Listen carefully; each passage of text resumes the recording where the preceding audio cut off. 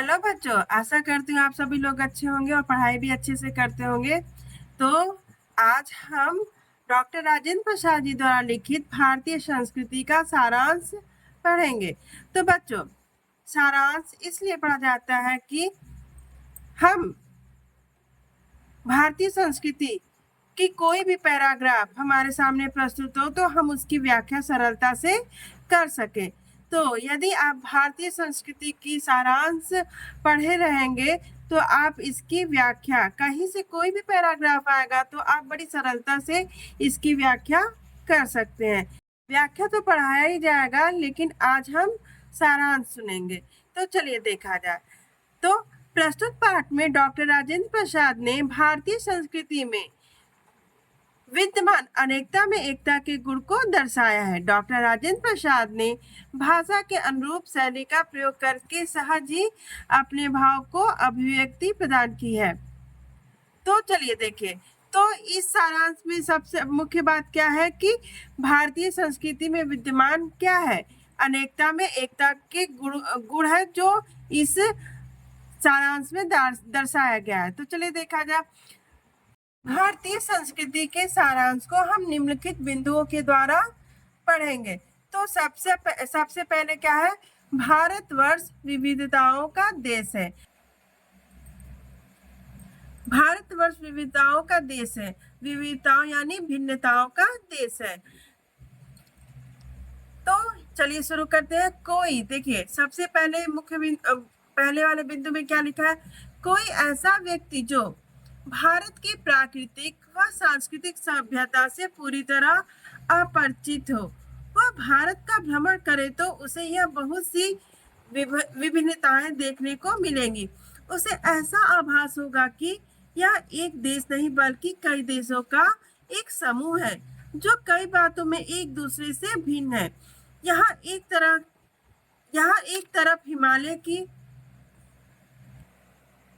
तरफ हिमालय की बर्फ से ढकी चोटियां हैं, तो दूसरी तरफ गंगा, यमुना, ब्रह्मपुत्र आदि नदियों से सिंचित विशाल मैदान, फिर विंध्य, अरावली व सतपुड़ा की पर्वत श्रेणियों के बीच रंग बिरंगे समतल भूभाग मिलेंगे।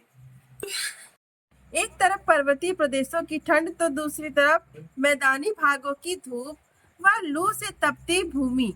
एक तरफ 300 इंच वर्षा वाला असम प्रदेश तो दूसरी तरफ जैसलमेर की कम वर्षा वाली तपती भूमि। यहाँ पर विभिन्न प्रकार की साग सब्जियां, अनाज व फल फूल पैदा किए जाते हैं। यहाँ सभी प्रकार के वृक्ष, जानवर व खनिज पाए जाते हैं। यहाँ भिन्न भिन्न रहन सहन, खान पान, भाषा व वेशभूषा वाले लोग देखने को मिलते हैं। यहाँ भिन्न भिन्न धर्मों को मानने वाले लोग रहते हैं। यहाँ की भाषाओं व धर्म संप्रदायों को गिनना आसान काम नहीं है। तो इस पैराग्राफ को पढ़ने से आपको तो पता चला कि भारतवर्ष विभिन्नताओं का देश है। अगला बिंदु है अनेकता में एकता। दूसरा बिंदु है अनेकता में एकता। यह तो हमारे भारतवर्ष की मुख्य विशेषता है। तो इस बिंदु को देखिए। भारतीय संस्कृति में बाहरी रूप से देखने पर तो भाषा, धर्म व जाति के आधार पर भिन्नता देखने को मिलती है, किंतु यहाँ अनेकता में भी एकता के ही दर्शन होते हैं। भारत में दूसरों को अपने में समाहित कर लेने की एक अनोखी शक्ति है। जैसे रेशमी धागे में पिरोई हुई विभिन्न मड़ियां एक सुंदर हार के रूप में दिखाई देती है, जिनमें से प्रत्येक मणि या फूल एक दूसरे से अलग नहीं है और न ही अलग हो सकती है, बल्कि अपनी सुंदरता से दूसरों को मुग्ध करती है और दूसरों की सुंदरता से स्वयं सुशोभित होती है। यह एक ऐतिहासिक सत्य है कि हजारों वर्षों से अलग अलग अस्तित्व रखने वाले लोग भी यहाँ घुल मिलकर रहते हैं तथा भारतीय संस्कृति को मानते हैं एवं भारतीय कहलाते हैं। भिन्न भिन्न स्थानों से निकलने वाली नदियों का उद्गम स्थल अलग होने पर भी उनमें एक सा पवित्र जल बहता है। हमारी यही इच्छा है कि हमारे देश की एकता की भावना इसी तरह बनी रहे और लोगों को जीवन प्रदान करती रहे। अगला बिंदु है भारतीय संस्कृति के मूल में आध्यात्मिकता की भावना। तो हमारी भारतीय संस्कृति का मूल क्या है? आध्यात्मिक भावना। तो इस बिंदु में देखिए, यह भौतिक और आध्यात्मिक भावना ही है जो युगों युगों से प्रत्यक्ष या अप्रत्यक्ष रूप से भारतीयों में समाई हुई है।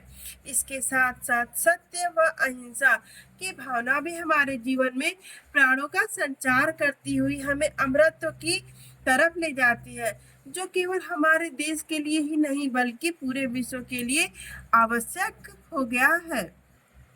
अगला बिंदु है भारत में गणराज्य की स्थापना।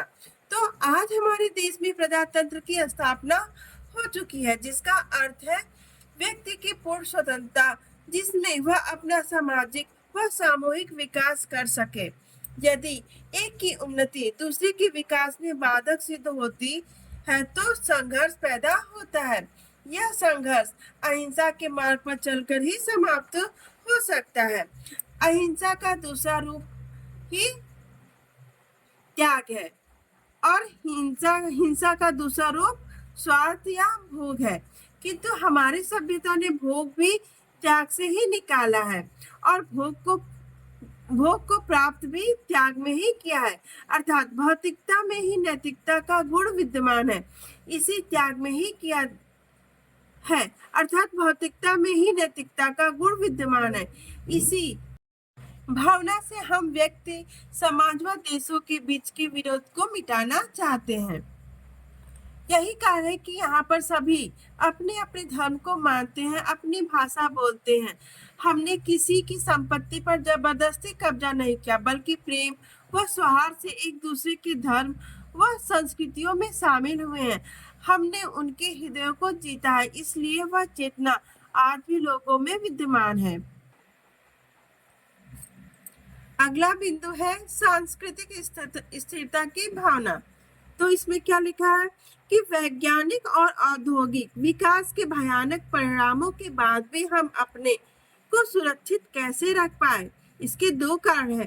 पहला यह कि विभिन्न प्राकृतिक और मानवीय विपदाओं के पड़ने पर भी हम विचलित नहीं हुए। हमारी सृजनात्मक शक्ति कम नहीं हुई। देश में साम्राज्य बने और मिटे, संप्रदायों का उत्थान पतन हुआ, विदेशियों द्वारा हराए गए, किंतु फिर भी हमने अपना धैर्य नहीं छोड़ा।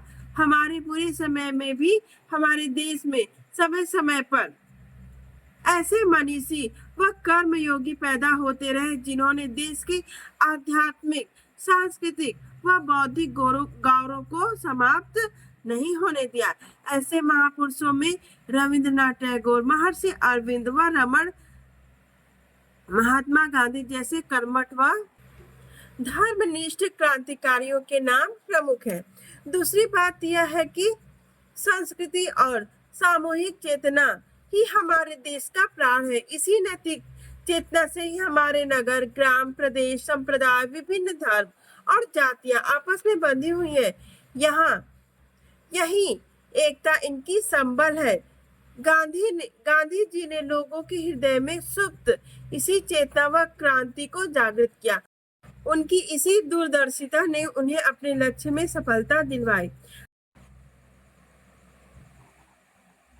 सामाजिक कल्याण की भावना को प्रमुखता। यदि हम अपने देश में उन सब अन्यायों व अत्याचारों को दोहराना नहीं चाहते तो हमें अपनी अर्थव्यवस्था, ऐतिहासिक, नैतिक चेतना तथा अपनी संस्कृति को ध्यान में रखकर बनानी होगी। इससे हमें व्यक्तिगत लाभ, भोग व स्वार्थ को छोड़कर सामाजिक कल्याण की भावना जागृत करनी होगी। हमें अपने व्यक्तिगत स्वार्थ को त्याग कर व्यक्तिगत कर्तव्य व सेवा निष्ठा पर जोर देना चाहिए। हमारा देश एक सम्मिलित परिवार के समान है, जिसका प्रत्येक व्यक्ति इस भावना से कार्य करता है कि वह सभी लोगों को अधिक से अधिक सुख पहुंचा सके। सभी लोग अपनी पूरी शक्ति से धनोपार्जन करते हैं, इसलिए वह सब समान सुख के अधिकारी होते हैं। इसी प्रकार संघर्ष की स्थिति नहीं होगी। भारतीय संस्कृति में समन्वय की भावना। आज वैज्ञानिक उन्नति के परिणाम स्वरूप हर व्यक्ति या समूह दूसरों को गिराने का प्रयत्न करता रहेगा। इसलिए हमें ऐसे प्रयत्न करने हैं जो अहिंसात्मक त्याग भावना को जगाए तथा भोग भावना को दबाकर रखे। यह कार्य नैतिक अंकुश के बिना संभव नहीं।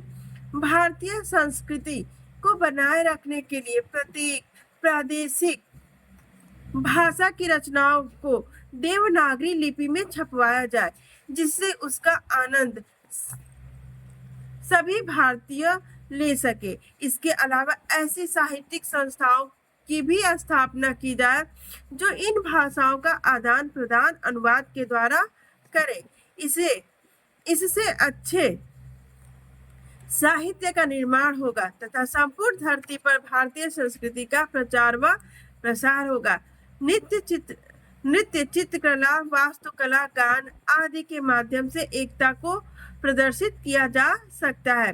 भारत भूमि पर स्वर्ग होने की परिकल्पना तभी संभव हो सकती है जब हम सब अहिंसा, सत्य और सेवा के आदर्श को सारे संसार में फैला सके। तो यह रहा भारतीय संस्कृति का सारांश जो डॉक्टर राजेंद्र प्रसाद द्वारा लिखी गई है। तो आपको